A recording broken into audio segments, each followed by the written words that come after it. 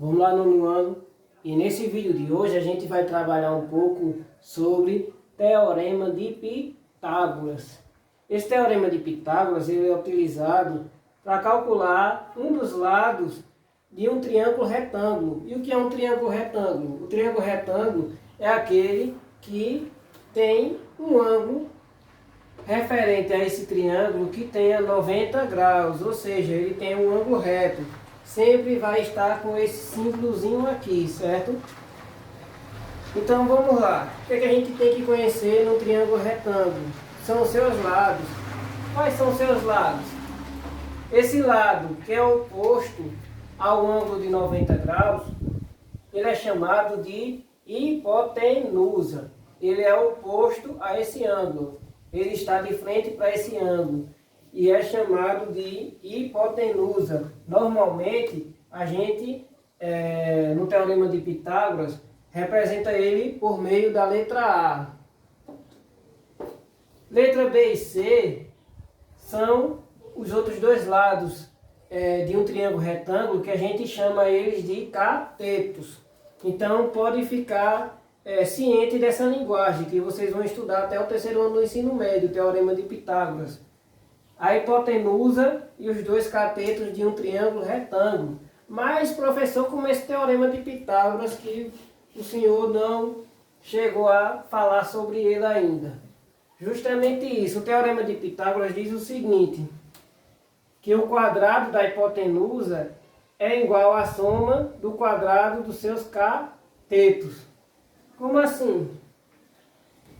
Se eu pegar a medida da hipotenusa e elevar ela ao quadrado, vai ser igual de eu pegar cada cateto desse e elevar ao quadrado e fazer a soma deles.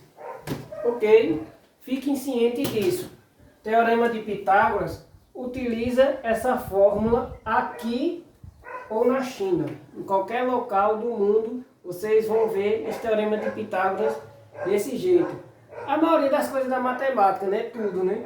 Tudo que ensina aqui no Brasil se ensina em qualquer outro local. Vamos lá. Teorema de Pitágoras. Mas como é isso na prática? Vamos lá tentar resolver um probleminha. Aqui eu tenho um triângulo retângulo. E suponha que os lados sejam 8 e 6, e eu quero saber a medida da hipotenusa. Vamos chamar a medida de hipotenusa de x, ok? Vamos lá tentar responder. Olhando aqui a fórmula do Teorema de Pitágoras, quem será a hipotenusa? A primeira coisa que a gente tem que descobrir. A hipotenusa é x, certo? Que vai ser esse meu A. Então eu vou pegar x e elevar ao quadrado. Deixa eu copiar mais aqui embaixo. X e vou elevar ele ao quadrado. E agora meus catetos B e C. Vamos lá. Os catetos B e C vai ficar 6 ao quadrado mais 8 ao quadrado. Vamos tentar resolver isso aqui. Eu vou repetir o x ao quadrado. Eu vou pegar 6 elevado ao quadrado. Vai dar quanto, gente? Isso mesmo. 36. 8 elevado ao quadrado dá 64. Vamos fazer a soma aqui. 36 mais 64 é igual a 100. Não é isso? Se é igual a 100, só que aqui eu tenho um número elevado ao quadrado. O que é que eu faço? Na regrinha, eu vou ter que pegar e tirar a raiz quadrada de 100. O que está elevado ao quadrado vem para o segundo membro em forma de raiz quadrada. E quanto é a raiz de 100? 10, né? A raiz quadrada de 100 é 10. Ou seja, esse lado aqui, a hipotenusa, é igual a 10. E é dessa forma, não é difícil. E eu deixei outro exemplo aí para vocês. Vamos ver esse exemplo da atividade. Peguem aí a atividade. Deixa eu apagar aqui para dissertar.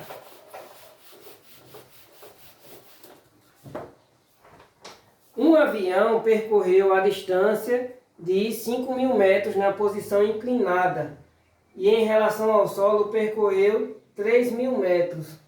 determina a altura do avião, a altura que ele vai estar, né? Vamos lá. Um avião, suponha que... Espera aí um minuto. Aí vamos lá.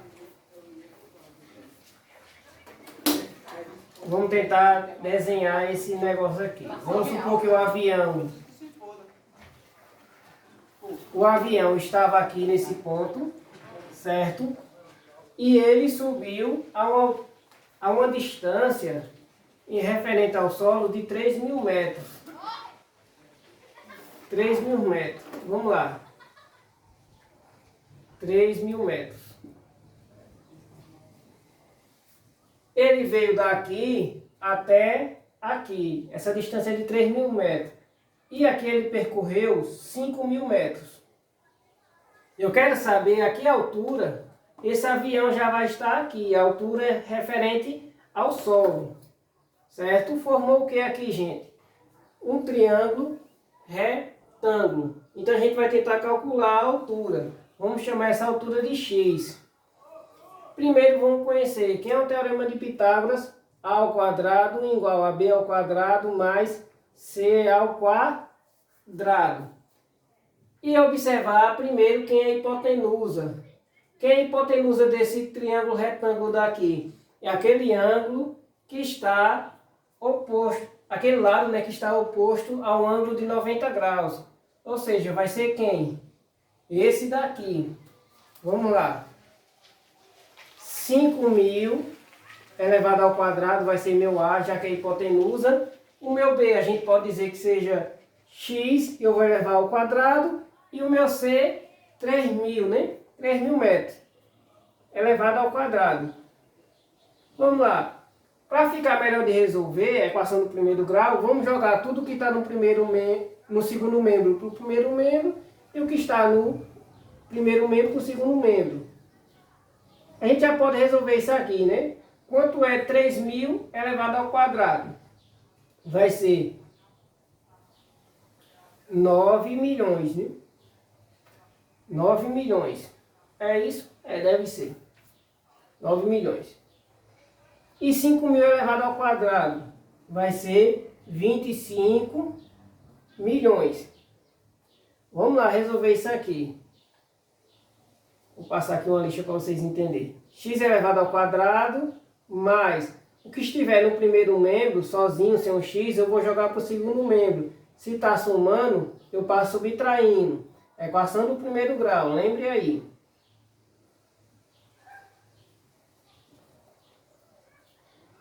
milhões. X, o mais não precisa mais não. X elevado ao quadrado vai ser 25 milhões menos 9 milhões. Que nesse caso vai ser 16 milhões. E agora, vamos lá. É isso? Eu acredito que seja. Agora a gente vai tirar a raiz quadrada de 16 milhões. O que é que eu faço para tirar a raiz quadrada de 16 milhões? Eu vejo aqui, 16. 16, qual a raiz quadrada de 16? 4, né? E o total de zeros eu pego e diminuo pela metade. Ou seja, 4.000 metros. Essa vai ser a altura que vai estar o avião. A altura X de 4.000 metros. Difícil? Não, né? Ele vai estar a 4.000 metros.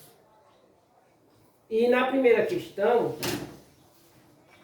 eu deixei aí, do topo de uma torre, 3 cabos de aço estão ligados à superfície por meio de gancho, dando sustentabilidade à torre. Sabendo que a medida de cada cabo é de 30 metros e que a distância dos ganchos até a base da torre é de 15 metros, determina a medida de sua altura.